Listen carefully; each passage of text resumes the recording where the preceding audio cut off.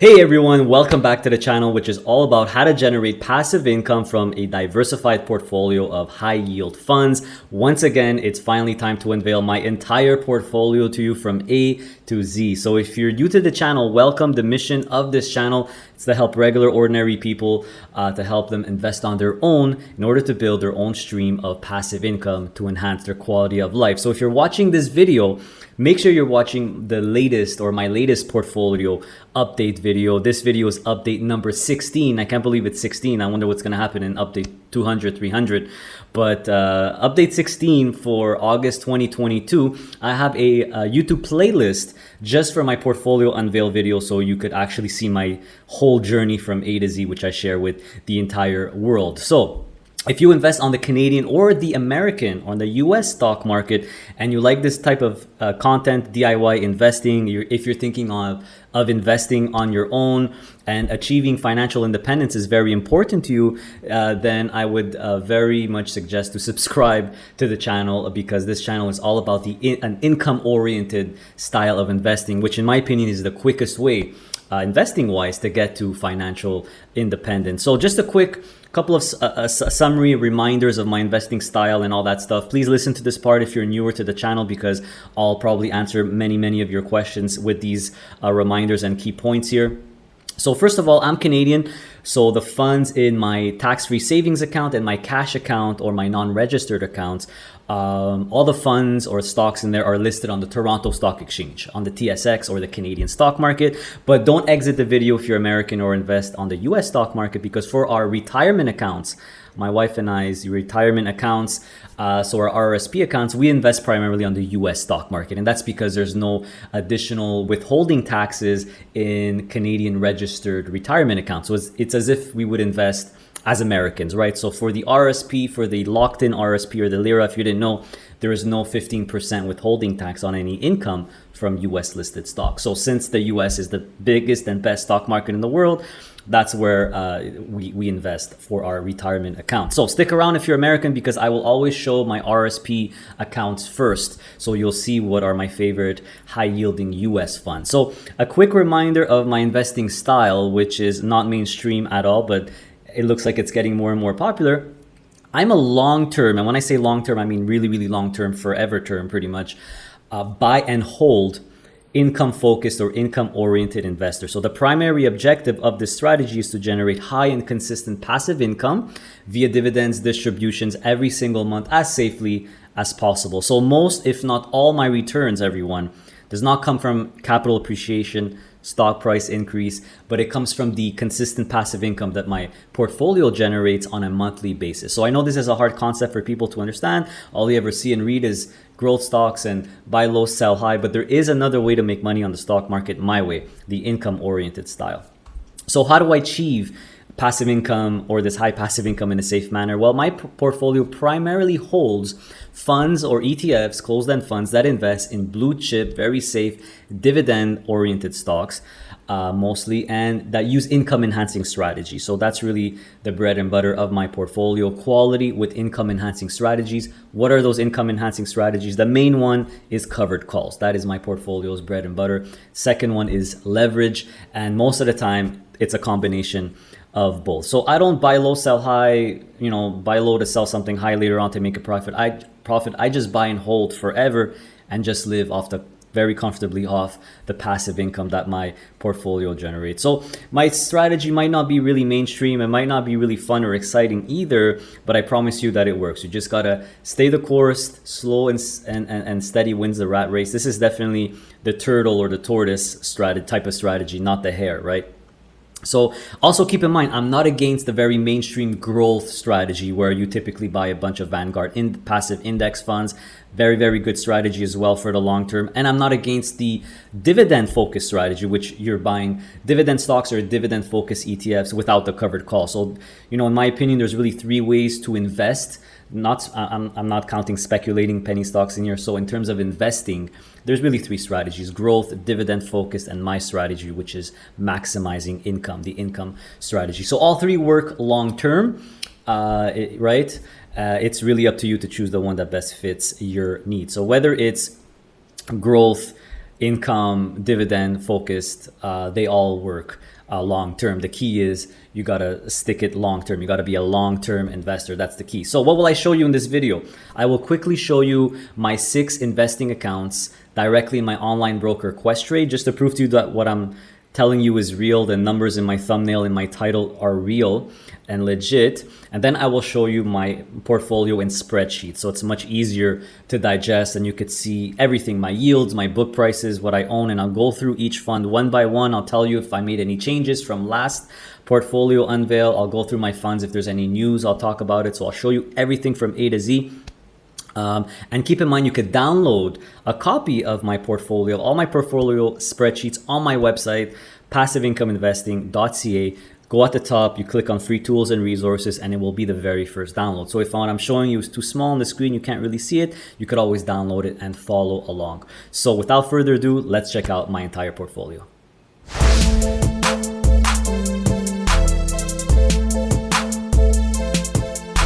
All right, here we go. So here is my Questrade account. And by the way, I am finally fully moved over to Questrade from TD. I will make a upcoming video about Questrade, what I think about it, my experience so far, because I did have to do a lot of stuff. I transitioned everything from TD to Questrade. I'll tell you why I did that. Most of you already know why.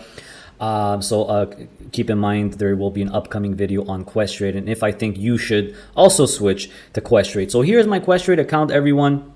And another thing that I recently did is I merged my cash account and my wife's cash account into a joint cash account. In Questrade, they call the cash account a margin account. I think it's just to try to brainwash you into getting margin, but I have no margin here. So as you could see, the joint margin account at the bottom at 415K. So that is the combination now of my cash account, my wife's cash account. Of course, you have my locked in RSP. That would be my Lira account. So this is just from my old jobs, Air Canada's pension. I moved it from Manulife to the Lira.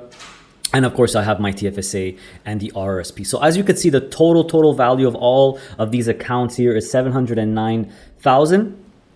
And in my wife's account, this is my wife's Questrade account. As you can see, she doesn't have a margin anymore because it's merged with a joint margin. But of course, she has her own TFSA and RSP, and the combination is 283. So if you combine those two total amounts, that is about $992,000 value, portfolio value, and there's the number in my thumbnail and the title of the video. So I'm not going to show you my book prices and go in each of these accounts to show you what I have in each of them, because we'll see that in the spreadsheet. And the reason why is not because I'm trying to hide anything or try to show you that I'm down significantly.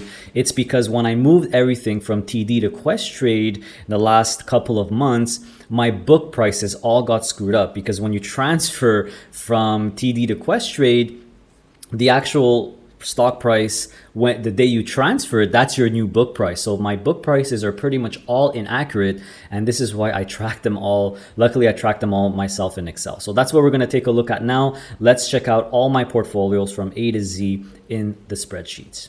All right, so as promised, I will start with our retirement accounts, which is pretty much all on the US stock market. We have 3 retirement accounts, of course, like we just saw, right? There's my RRSP, my wife's RRSP, and my small little Lira account or locked in RSP. So in terms of what we do with the income, obviously these are retirement accounts. We don't take the income out. It's designed to really save up for retirement. So we won't be touching any of the income or any of these accounts for, maybe two decades or 15, 20 years from now. So all the income, everyone, is reinvested every single month. So my account, my RSP, there is no drip, so I reinvest it manually, but my wife's account and my Lira account are on drip. So it's all done automatically. So we'll go through each account. What I track basically for each account in terms of to know how they're doing, since no income is coming out, it's very easy to track performance. Basically, it's how much you put in and what is your or what did you contribute and what is the total value of your RSP portfolio now, because all the income stays within. So that is exactly what you see here.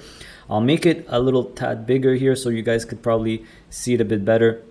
So for my RSP, for example, I contributed, so I've actually put in my own money in the RSP over the years, 145K. The total value of my RSP is, like we saw in Questrade, 189. I think it's a bit more now. I probably didn't update it, but It's about give or take 190, something like that. So then you have the overall return since the beginning and whatnot. So it's at 30%. My wife's at 38%. And of course, my little Lira account, which I invested solely in Bitcoin, I'm down 42%. So we'll go through each of the accounts one by one, everyone. And again, if you're having trouble seeing, you could always download the spreadsheet off my website and the free tools there. So let's go through my RRSP together. A little bit of action this month. I decided to make a small change. So let me go to my RSP tracker. This is where I track everything that I do. So for July and August here, the big thing I did is, first of all, I contributed about 4.8K US. So that's about 6,000 Canadian dollars into my wife's RSP QYLD. So in case you missed it, and I talked about it in Portfolio Unveils, because of my personal situation, for the next 6 to 8 months, I won't be contributing or investing in my main portfolio, so my TFSAs and cash accounts, because I need to, because I sold a lot of stuff due to, I needed to unlock some money for my Panama Friendly Nations visa. I had to unlock about 200,000. I sold a lot of stuff in my cash account, triggering a lot of capital gains.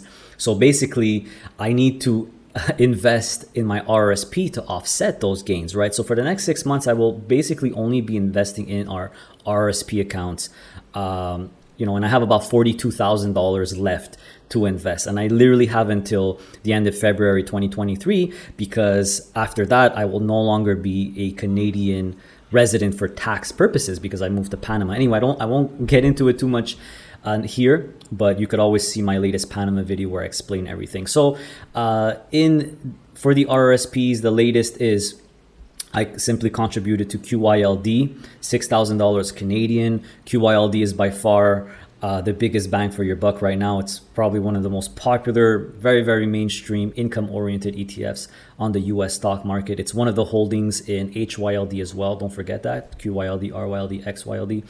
And also, I did decide to trim a little bit, like you see here, my OPP position, and I'll go back to my RSP. So I trimmed down my OPP position from 30,000 to 20,000, and I put I did take a little loss on there, so it ended up being 8,000. But the monthly dividends, of course, maybe have enough for 10,000. So I put 5,000 in SVOL, 5,000 in CEFD. So these three positions are going to be my primary positions probably for a while.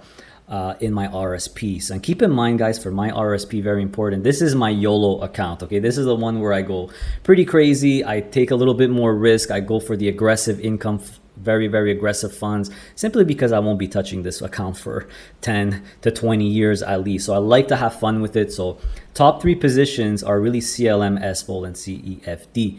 So CLM, obviously, my biggest position here, very, very aggressive closed-end fund, pretty much has boring stocks. However, mostly, basically tries to do what the S&P 500 does. So it has mostly blue chip stocks, very aggressive dividend policy. As you could see, I'm making a really nice yield of 19, almost 20% yield on it. My book price is, my average cost base is 11.10. Right now, it's actually lower than that. But this one pretty much follows whatever the US stock market does. I did pick up some recent shares a month ago or 2 months ago, simply because they had that rights offering. So CLM does an annual rights offering. That's always a great time to pick up some shares. But keep in mind, the annual dividend will change depending on the NAV. It's reset at the end of October. And right now, based on the NAV, it is set to decrease significantly. But I think I'll still have like a 17% yield, even if it goes down. So really, really high yield fund. I love CLM. Obviously, you got to be careful of it. You got to expect a lowering share price over time, unless they change their dividend policy, which is actually 21% of NAV right now. SVOL, one of my new favorite upcoming funds. It's going to be I absolutely love this one. It stayed very, very consistent. It's doing exactly what it set out to do. It's been out for a year now, and the yield is always above 15%. So I'm making a really cool 16% yield here. My book price is $23.68. It's about $23 now. So really, really good, unique fund. I have a video that covers SVOL. Make sure to check out that video. I explain what SVOL does And I even interview the fund manager and we talk about it. So very, very unique. Definitely going to be a primary position in my RSP going forward. CEFD is what I like to call an all-in-one closed-end fund solution. So you know how in the Canadian market, there's split funds. Those are the highest yielding funds. Don't forget, split funds are technically closed-end funds. So on the US stock market, there's a lot of closed-end funds. And there's a few funds that are kind of all-in-one closed-end fund solution. So they're funds that hold many closed-end funds. So CEFD is the highest yielding one. It holds about 110 different closed-end funds on the US stock market. Very well diversified. What makes it really special is that, as you could see here by the 1.5, it's leveraged 50%. So it uses 50% leverage. That's why you have these nice big yields of 13 to 14%. So I added a little bit more here. Really like this one. And by the way, about 20% of this fund are all the really nice, cool BlackRock closed-end funds. So these three are definitely I would consider them my primary positions right now. OPP, so what's the reasoning? Why did I trim it? Well, because it's fairly redundant, because OPP, is kind of, it's managed by River North and Double Line. So Double Line is a fixed income expert. River North is a tactical closed-end fund expert who manages Riv, which is in my wife's account. I actually like Riv a lot better than OPP. I have to admit, I'm kind of going away, or I'm not really that interested in fixed income that much anymore. I prefer equity or getting fixed income in a different way. Like CEFD has a lot of fixed income in there. But OPP, it's not that, I don't like it or I think you should sell it, everyone. It's just that, it's kind of boring and I want to have my RSP in stuff that's really high yielding and very exciting. So will I end up getting rid of OPP completely? Maybe, I'm not sure. Maybe I'll trim another 10K next month and I'll just keep 10K as a minor position in this. That's probably my plan. So also OPP has a lot of mortgage-backed securities. It's like, which are mortgage REITs. It's like 40 to 45% mortgage REITs. And I already have, ORC here, which is only mortgage REITs. And like I said, I have Riv here, which OPP is like, 70% fixed income, 30% the stuff that Riv does. So it's just pretty much redundant in my portfolio. So I'm thinking of maybe trimming it a little further or getting rid of it completely. We'll see. HGLB is a nice little closed-end fund that's kind of unique because it's less correlated to the overall US stock market. Its dividend policy, kind of like CLM, it resets every year, but it's 8.5% of NAV, not 21% of NAV. So it's very modest. And I've been, the dividend's been increasing every year, and 2023 is no different. It's actually set to increase again based on the current NAV, and I'll probably be over 13%. So I can't complain about this one. I'm even up. I have capital appreciation on it. So will I keep it long term? Will I sell it? So far, I have no plans to sell it, but it is a small little niche fund, which I consider very low risk, but 12-13%, I'm never going to complain on that. ORC is probably actually the last single company or single stock in my RSP account. So this ORC invests in mortgage REITs, so it's all mortgage REITs with leverage. And I get a lot of complaints about this one. It's not doing well, but hey, it's been picking up. And the dividend has stayed relatively stable for the last 5 or 6 months now at 54 cents. So I know that this one's been going down. The dividend's been cut consistently. But hey, it's been stable now at 54 cents. And even at that, I'm making almost an 11% yield, everyone. So this I'm going to keep for the next little while for sure until I break even. Then if I break even, maybe I'll sell it for something else, like a little bit more broad. Something like CEFD maybe, but I'm not sure. Maybe I'll just keep it, because if the dividend increases back to, let's say, 66 cents, I'll just show you right now, my yield will jump from 11 or just under 11 to 13, and then it could keep going up. If it goes back to 78 cents, let's say, I'll be at 15. So I have no motivation to sell something where I'm making 15% yield. So this is just a lesson for me and a reminder that buying and holding is really the right way to go. You can't obsess over stock price.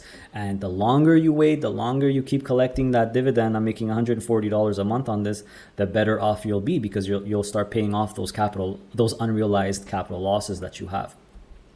SLVO, USOI are, very niche ETNs that focus on commodities. So SLVO is silver, USOI is oil. And these, to be honest with you, even though the dividends could be very, very attractive, especially oil right now, because oil has been very, very good lately. As you can see, I'm making a crazy 52% yield. No, that's not a joke. But keep in mind that these dividends, the monthly dividends, they could fluctuate. They could be completely nuts. So it could be 50% and next month I could be down to 20%. So use caution here. These are continuously will be on very, very niche positions for me. So, these three are going to be primary right now. Everything else is very, very small and niche. And the more something is niche, the more something is specific, the smaller the position should be. So, silver, I'm making 9.5. It's actually my lowest yield right now. And keep in mind, this dividend is very hard to track. So I basically just, I took the average of the last three dividends. So this dividend, could change. It could go up and could go down. These two here are simply the average of the last three dividends. And even this one here, Ether. So the Ether yield, ETF, so ETHY.U. This is on the Canadian stock market, but the .U means it's in US currency. So I want to keep everything in here in US currency. I added a little bit. My book price is now 450, and crypto is it turning the corner? It looks like it's starting to come up, and expect varying dividends as well. Hopefully this dividend will start slowly going up again. So this is my YOLO RSP account, everyone. Look at this average annual yield, 16.75%. Of course, this could fluctuate. It's probably go down if CLM resets their dividend lower. So as long as my goal for my RSP is honestly to try to have 14% yield or more. If I have 14% yield for the next 10, 15 years, I'll be very, very happy. My RSP should be worth a lot, over $1 million for sure, maybe 2 million or something like that. That just goes to show you the power of compounding interest. So I'm going to stop talking now. I've been talking a lot here. So this is my RSP portfolio, everyone. My wife's RSP is definitely more moderate. So I decided to keep it very, very simple, stick with the more broad and lower risk, high yield funds on the US stock market. So of course, QYLD, RYLD, XYLD as well. I don't have XYLD here, but XYLD is part of the gang. These are in my opinion, the three top, or that should be the cornerstone of your portfolio if you're an American or US income-oriented investor. These are really basically index-based covered call ETFs. Very, very good stuff here. QYLD has the most value right now for sure because the NASDAQ went down significantly. So that's why I added to the QYLD position. I also have RA, which is my go-to for real assets. So infrastructure, real estate, you have everything in there. It also has a lot of mortgage-backed security. So this is why, another reason why I trimmed OPP. I don't want to have too much in mortgage REITs. So RA already has a lot of mortgage REITs as well, but there's equity in there of real estate, natural resources, and infrastructure. So RA is definitely my favorite and my go-to for real assets, real estate on the US stock market. Riv, I really, really like.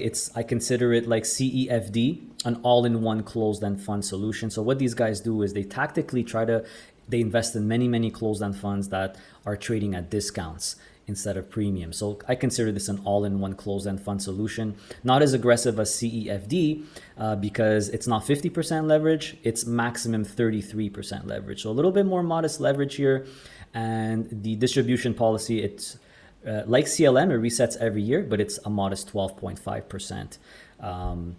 Not 21, just like OPP. OPP also resets to 12.5. So really, really good. And then I have GOF, which is my smallest position, my wife's RSP account here. It's all fixed income. It's mostly high yield bonds and bank loans. So this is another reason why I don't really need OPP.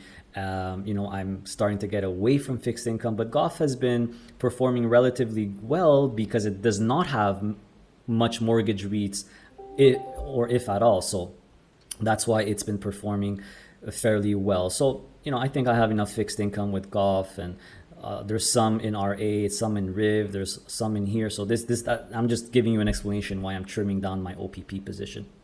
So those are our two RSPs. And of course, this one is on drip, everyone. I just let it go and it's dripping every month. So, and in my Lira account, I forgot my locked in Lira account. I just, I went all with Bitcoin, the Bitcoin yield ETF. Unfortunately, I'm down 42% on it, but it's on drip and it's consistently buying me cheaper and cheaper units every single month. So I'm just going to wait it out. This is really just for fun. I went, because it's my pension money from Air Canada, which half of it was them who contributed to it anyway. So I said, you know what, I'm just going to YOLO it. I went full Bitcoin here, the Bitcoin yield ETF. We'll see what happens. So combine all three accounts together, and it's 3904 USD a month, 263 Canadian. So it's about, I'm making a little over $5,000 Canadian every single month that's being consistently reinvested, either manually or the drip. So these are my retirement accounts. Now let's check out my main portfolio, what I consider my main portfolio, which is what I used to live off of in terms of passive income, which is a combination of my TFSA, my wife's TFSA, and our joint cash account. All right, the main portfolio. So it's the TFSA and cash accounts.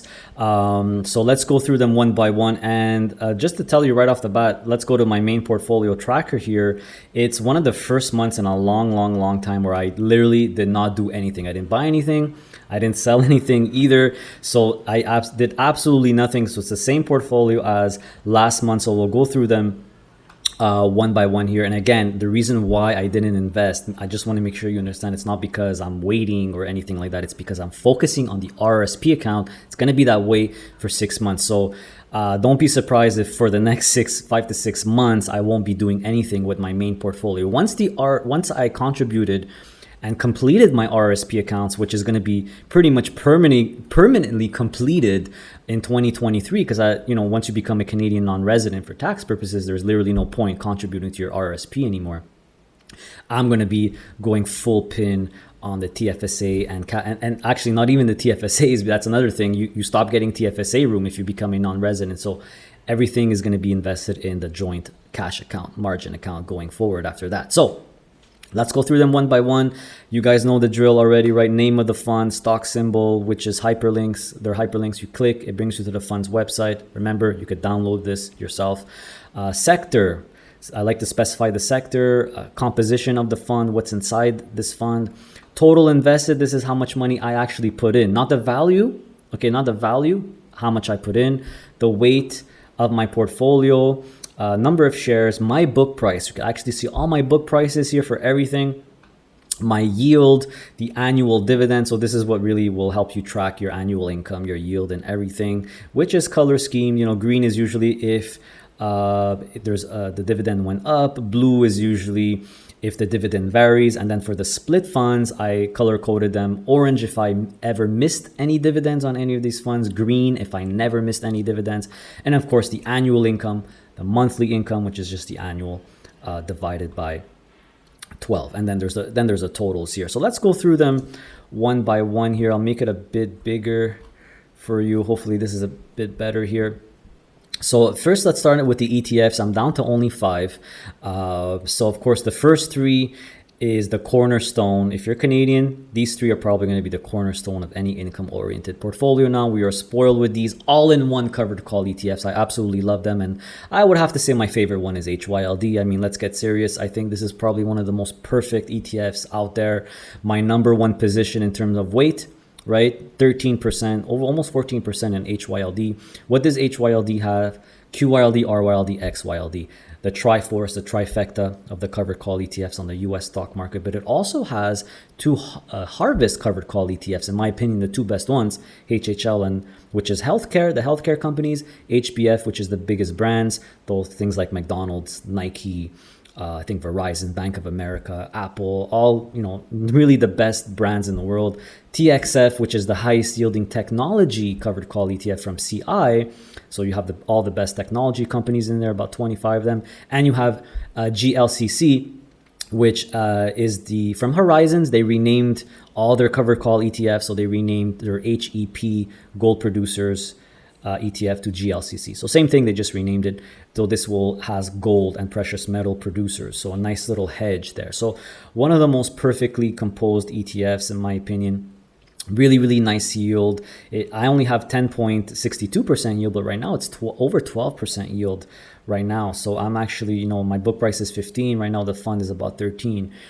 So yeah, I am very jealous of you guys who are buying HYLD now. I wish I could buy, but like I said, I got to focus on my priority, which is the RSP, because time is running out. After 2023, I got to offset those capital gains, unfortunately. So HYLD, Really, really good here. HDIV, a little bit more Canadian focused, a little bit more defensive, I would say, because you have a lot of, you have the utilities in here, you have healthcare again in here, the gold as well in here. So really, really well diversified. You have these 7 covered call ETFs in here, 2 from BMO. These are 2 of the biggest ones from BMO, 2 from CI, the energy one, and the life insurance one, 2 from Harvest, the healthcare one, and their technology one. So the HTA would be kind of equivalent to TXF, and you have GLCC again, the gold and precious metal producers. And HDIV, by the way, just celebrated their 1-year anniversary. I'm going to be doing an upcoming video on it and have a chat with our returning champion, Rob Wessel from Hamilton ETFs. We'll talk about HDIV and how it did. Did it beat the overall market, the overall Canadian market, TSX 60? Which it tries to beat, or it's the index that it follows? The answer is yes. So by how much and how it did, we'll discuss it in an upcoming video. HDIF, this is the Harvest all-in-one covered call ETF. And the big news on this one is they added another ETF. So it used to be 5. Now they added their brand new covered call Canadian ETF in here, HLIF.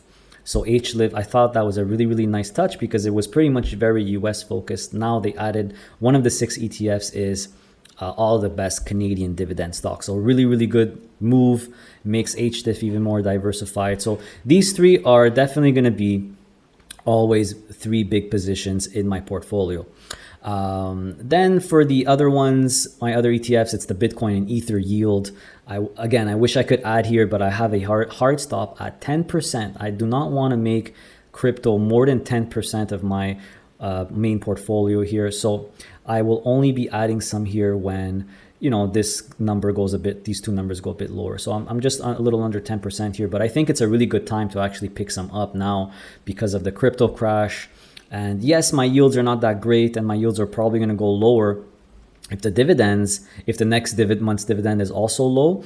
But hey, this is a long-term play, and I'm happy to get any yield whatsoever off of crypto. Keep in mind that just as fast as the dividends could go down for these, they could also go up because crypto is very, very volatile. So again, I think these are good to pick up now. A lot of great deals in the market right now, and crypto is definitely one of them. For closed-end funds, of course, you have my OG, the returning champion, EIT.UN. In my opinion, the best closed-end fund on the Toronto Stock Exchange. So you have 30 plus of the best North American dividend stocks, about 55 to 60% Canadian. But these guys are good stock pickers. They always beat the overall Canadian stock market. The dividend has been 10 cents a month for over a decade, and I'm making a great yield of 11.29%. This one has fared really, really well because it's very energy and financials focused and has no technology. So that's the biggest thing with EIT. It's all value stocks. There's no technology in here, so it hasn't suffered as much as, let's say HYLD, HDIV, HDIF, which all have technology holdings. DS. So DS is DFN's twin brother. It holds about 15 of the best Canadian dividend growth stocks. It's not leveraged. It's probably, besides the 2 crypto ones, besides the 2 crypto ETFs that I have, it's literally the only position in my portfolio, these 3 that don't use leverage. So I was actually thinking of selling DS and allocating it elsewhere, a little bit in HYLD, a little bit in HDIF, and maybe a little bit even in DFN because they kind of do the same thing.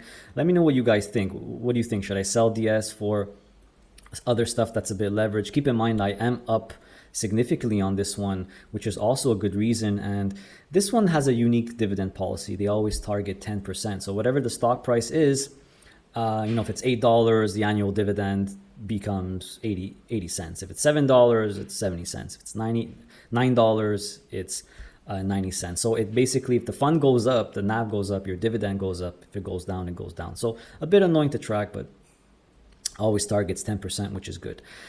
Split share funds, everyone's favorite, the bread and butter of my main portfolio. So I realize I do have a lot of split funds, but keep in mind you can't put split funds all in the same bucket. If you actually look at the breakdown, most of my allocation to split funds are with the lower risk split funds. So let's go through them one by one. You have DFN, of course, the biggest and most popular split fund on the Toronto Stock Exchange, over $1 billion in assets. I haven't added to any of this in a while, but maybe I will. If I sell DS, I'll put a little bit in here. Still at a premium, but I think it's only a 13% premium. And by the way, the numbers or the NAVs, the unit NAV numbers just came out for Quadravest, and DFN's back at 1650 unit NAV, which means DFN's NAV is about 650. So a little bit higher than the previous unit NAV. So it's good. That's good. The market has picked up a little bit in the last month. FTN, LBS, SBC, these are my financials specific split funds. So FTN it's about 60% Canadian, 40% US, 15 of the best financial stocks. I'm doing okay on it. I have a very low yield on it because, back in December 2020, they did a reverse split. So I lost actually 60% of my shares. But even with that, I'm still making a yield of just under 11%, which is incredible. So I'm going to hang on to FTN for now. LBS, SBC are from Brompton. Really, really good. They pay out, dividends $1.20 for these, whereas FTN, it's like $1.50 annually. So that's why, FTN is basically more aggressive with the income, where it pays out more of its NAV every month, whereas LBS, SBC pays out less. So LBS has big six banks, 4 Canadian life cos, SBC, just the Canadian banks. Really, really good split funds. And by the way, for every split fund here, I actually track how many dividends the fund has missed and how many dividends I personally have missed. So if it's in yellow or orange, I've missed some. If it's in green, I never missed any. So I'm very, very happy with LBS and SBC. Can't complain. I'm making over 16% yield with them. So yeah, I really can't complain. My favorite split fund of all time, of course, is GDV, just because it's beautifully diversified by sector and region. So this will continue to be my favorite split fund. Definitely one of my favorite split funds because of that diversification. So you do have more, 40 plus of the best dividend growth stocks all around the world. But GDV is trading at a pretty big premium right now. So I would hold off adding more until the premium narrows. But GDV is GDV. It's really awesome. DGS is DFN's competitor. So it's basically a diversified Canadian focused dividend stocks, a little bit more diversified than DFN. More stocks in there, but DGS, a lot of action, because when a split fund flirts with the $15 unit NAV, it's under, it's above, it's under. We had that last month where it was 15.01 and they didn't have enough to pay out the distribution, plus the unit NAV has to be above 15. It wasn't the case, but in the end they changed their mind and they actually paid out the distribution. So DGS has been pretty crazy lately, up 7%, down 10%, up 7%. So a pretty good time to pick some up. DGS and DFN, I think they're at about 13% premium. So now's actually a pretty good time to pick these ones up. PWI is infrastructure, sustainable power infrastructure split fund, the first of its kind. Very, very low yield. It's moderate. It has, it's my preferred way of actually getting some green energy exposure, but it's not all green energy. It has a lot of infrastructure stocks. It even has Bell, TELUS, Hitachi. So a lot of good blue chip. Brookfield infrastructure is there. So, it's been picking up a little bit lately, but don't expect much yield with this one here. Just a good way to get some decent yield with very defensive asset class, in my opinion, infrastructure. Then ENS and RS from Middlefield. These are really, really good split funds that have never missed dividends ever. So ENS is actually still trading at a discount right now. It only holds Enbridge. I love it. I'm almost at 31,000 here, but keep in mind it is only one company, so it's not really diversified. But hey, Enbridge is an amazing company, so really, really good split fund here. And RS is my one of my big six here. So I know I keep saying that, but my big six would be these three. These are my key positions in my main portfolio. I call them the big six. So RS is my go-to for real estate. If you like real estate, if you like REITs like I do, consistent source of income, right? Real estate. Why buy real estate? Why invest in individual REITs when you could just get RS, which has 15 to 16 or 17 of the best, mostly Canadian REITs out there. And right now you're getting a 10% yield. It's actually a good pickup right now because, real estate has gone down a little bit with the higher interest rates. So another big position here, by the way. So my total, everyone, I am making $56.22 a month. Of course, this is approximate, right? It could change, but we're pretty much there. And my yield is about just under 11%. So that is the summary of my entire portfolio, everyone. So if you have any questions, let me know. Here's the breakdown as well. But there it is in a nutshell, my whole entire portfolio from A to Z.